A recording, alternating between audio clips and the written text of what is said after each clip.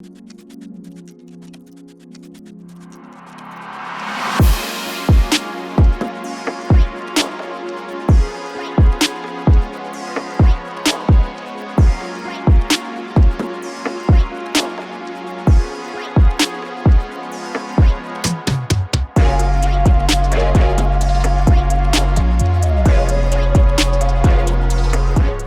going on YouTube? Welcome back to Sole Vice. Thanks for joining me once again. I hope you guys are doing well out there.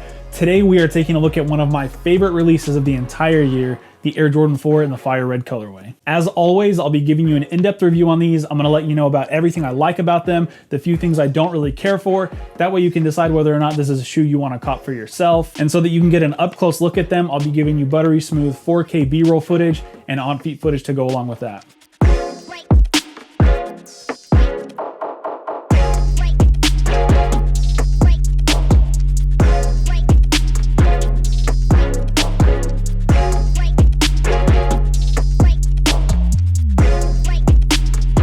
Now for this particular video, you guys are gonna wanna stick around for the entire video.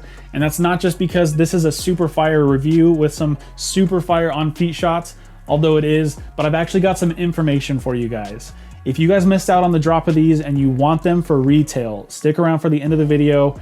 I might be able to help a couple people out getting these for retail. And if you end up liking this video or feel like any of the information that I gave you was valuable information, do me a huge favor, hit that thumbs up button. It really helps. Also make sure to subscribe to the channel and hit the notification bell. That way you're notified when I post new videos. All right, with all of that out of the way, let's go ahead and get into the review. Now, I don't know about you, but since I first heard that the Air Jordan 4 Fire Reds were gonna be releasing for 2020, I could not wait to get my pair.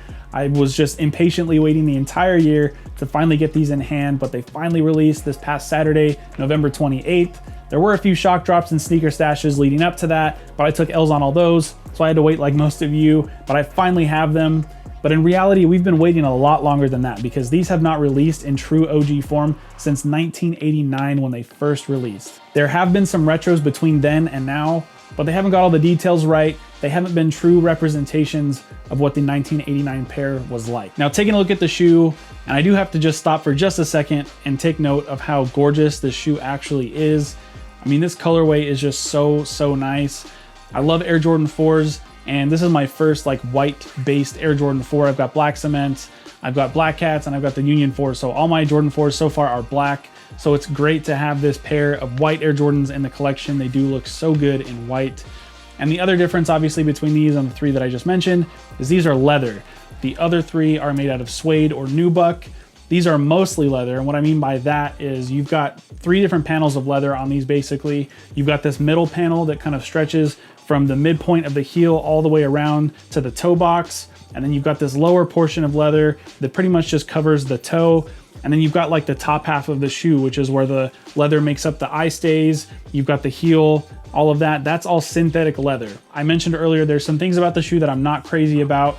That's definitely one of them. If I had to pick, I obviously would want full leather on the uppers here. The tongue is also synthetic leather, but that's pretty normal. But it's not really normal, at least from what I've seen, that they mix up synthetic with real leather on the upper itself. Now, I will say that the synthetic leather, it doesn't look off or anything like that. The color is the same. Unless you really got up close to them or somebody told you, you wouldn't really know that it's synthetic leather, but it definitely feels different. And who knows, maybe the 89 pair also had synthetic leather up on the top half and real leather on the bottom. Without having that pair here in hand, I would have no way of knowing that. But this upper just looks so good, even with the synthetic leather. You've also got these mesh panels on each side of the shoe, as well as down the tongue here. Now, the netting that they used here is really nice. It's like this nice kind of like flexible rubber type netting. It's not that hard plastic that they had on the older retros. The other key OG detail is that it's angled. So if you look at the older pairs, it was like straight across when you looked at the rows on the netting. But here we've got them angled, which is exactly how they were back in 1989. Also, it's not like glued to the mesh, it's separate from the mesh. You can kind of move it around, it moves by itself. You of course have your black wings up here with the red wing tips on the top and on the front of the shoe. White laces leading up to this fantastic, iconic Jumpman flight patch that's on every Air Jordan 4, or it should be.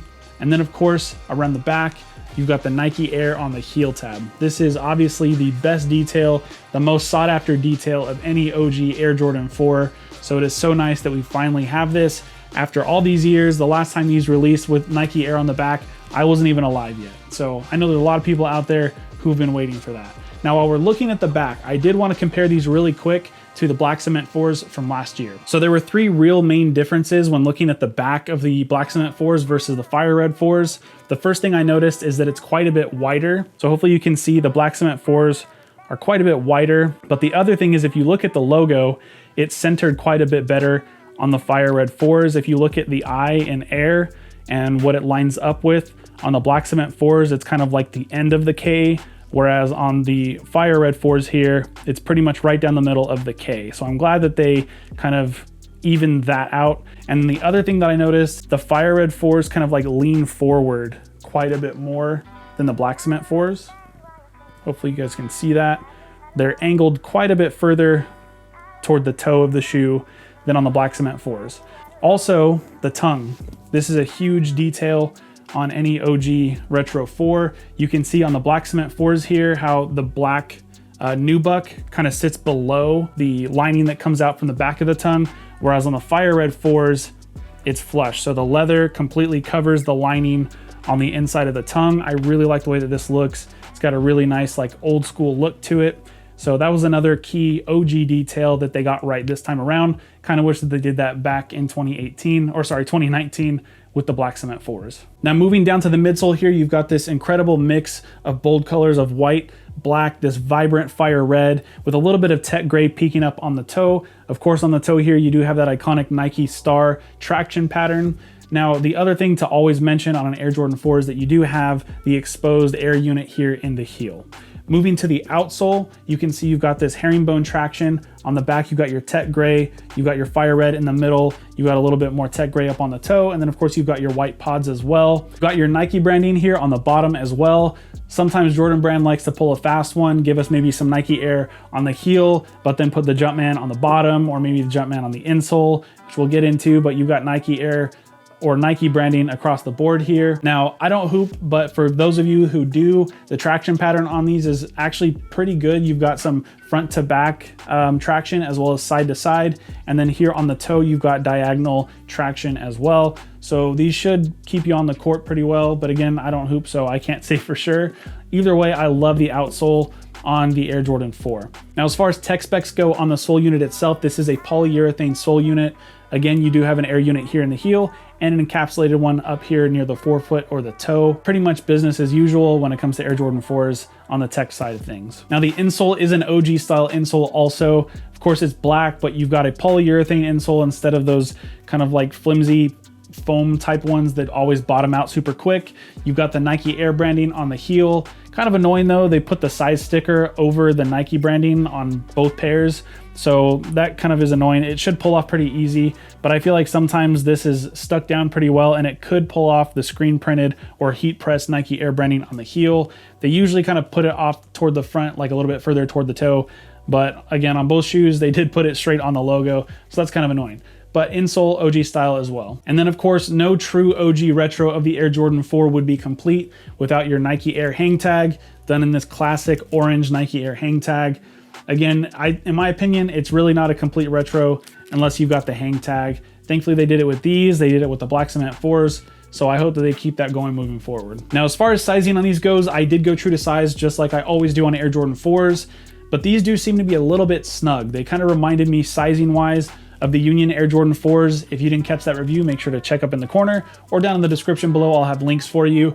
But both of these shoes do fit pretty snug. The place where it's really kind of uncomfortable is here, kind of like on my pinky toe knuckle. It kind of like pushes on the side and it's very uncomfortable. I will say though, after kind of wearing these for the on feet and things like that, they did seem to break in a little bit and I didn't notice it quite as much as I do on the Union Air Jordan 4s. Those, the suede paneling is so thick that those have not budged an inch since I first got them, but these seem like they'll kind of break in a little bit nicer, a little bit easier. Now, are these a comfortable shoe? Absolutely not. Air Jordan 4s to me are some of the most uncomfortable Air Jordans that I have in my collection. I'll say these are slightly more comfortable than some of the other pairs that I have, just because, like I said, they do seem to be breaking in a little bit better, but Air Jordan 4s are just so heavy and clunky and brick-like that I really can't wear them for too long without my feet kind of like being mad at me for it. So keep that in mind. These are not one of the more comfortable pairs of Air Jordans, at least in my opinion. Now, I did want to address quality control on these. I know probably a lot of people are going to have questions about that, just because from what I've heard, there are some pretty bad pairs out there. I will say I did cop 3 pairs of these, and out of the 3 that I have, nothing too crazy. The glue stains are minimal. There's really not a whole lot, and it's kind of like those like almost more wet glue stains that you can kind of just rub off. So I haven't really had any problems with that. However, one of my pairs is in the mail, so I can't say anything about that. But the 2 that I got, one from Foot Locker, one from Champs, when you set them on the ground or on a table or whatever, they kind of rock back and forth. The sole unit itself seems to be warped a little bit, which is pretty strange because none of my other Air Jordan 4s are like that. You put them on a table and you push on them, they're pretty much going to stay where they are. So I don't know if that's going to be a problem moving forward. I don't really think it is. You can't really notice it when you're walking, but I did think that was worth mentioning. But again, these are mass produced, so you're always going to have some issues here or there. And we'll see what the pair is like that I get in from the mail that I got from Nike Sneakers. Now, speaking of those 3 pairs, I'm sure you're still waiting for me to get to the part where I tell you guys how you can get these for retail.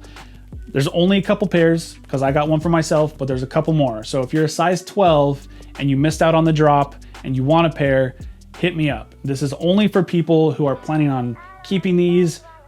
I would prefer people who wear them, but if you're just somebody who collects and keeps them on ice, that's okay too. But I really don't want these going to people who are just going to buy them and then flip them. They're not flipping for much now, but they will be later. Obviously, I've got no way to verify that, so this is on the honor system. But if you're a subscriber, you've got to be a subscriber. Send me a screenshot that you subscribed to my Instagram, which is going to be linked down below. Let me know that you want them. The first 2 people to hit me up, I'm basically just going to charge you what I paid for them, which was like $217 after tax, plus however much it takes to get them shipped to wherever you live. So if you're inside the United States, it shouldn't be too much. I'm thinking between 20 to 30 bucks. I'm going to try and find the cheapest shipping I possibly can to keep it as low as possible. But I think even with the shipping, you guys are going to be spending less than if you were to buy them from StockX or GOAT with fees and shipping and all that from them. But I just want to help out however I can. Nobody really sells people shoes for retail anymore. Everybody's trying to get some resale profit. I'm not trying to do that here. I appreciate every single person who subscribed, who supported this channel in any way. So I want to give back how I can. So there's a couple people out there who want a size 12, hit me up on Instagram. But really, what more can you say? You've got the Air Jordan 4 in the fire red colorway, OG details. This is the closest retro that we've ever had to the original 1989 pair. It really doesn't get a whole lot better than this. This is a 10 out of 10, for sure one of my top pickups of 2020, without question, which by the way, I will have a top shoes of 2020 coming very, very soon. But until then, make sure to leave a comment down below. Let me know what is your favorite Air Jordan 4 OG colorway, and then make sure to subscribe to the channel if you haven't done so already. That way you're notified when I post that list that's coming up very soon. All right, guys, later.